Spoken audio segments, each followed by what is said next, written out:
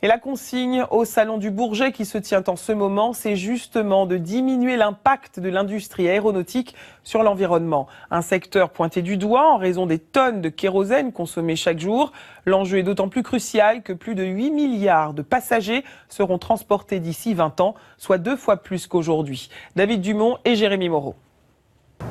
C'est en s'inspirant de la nature que les avionneurs trouvent des solutions. Le meilleur exemple, c'est le boudel, ce boudel recourbé qu'on voit de plus en plus sur les avions. Des courbures semblables à des ailerons de requin, d'où leur nom, Sharklet. Sans cesse améliorées, elles offrent un meilleur aérodynamisme et une diminution de la consommation de kérosène. Des ailes repensées et des matériaux changés. Le composite remplace le métal, les avions sont désormais plus légers.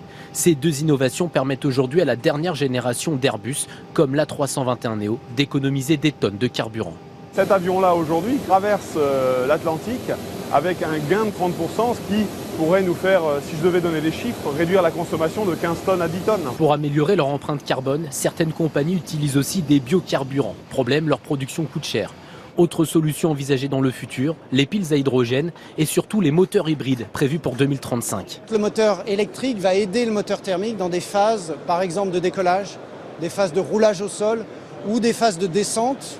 Et à la fin, on va réduire la consommation de carburant de 10-20%. L'avion commercial 100% électrique n'est pour l'heure qu'un rêve. Il faudrait des tonnes de batteries.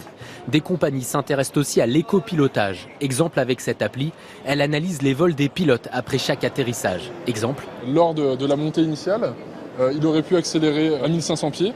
Il l'a fait à 3500 pieds.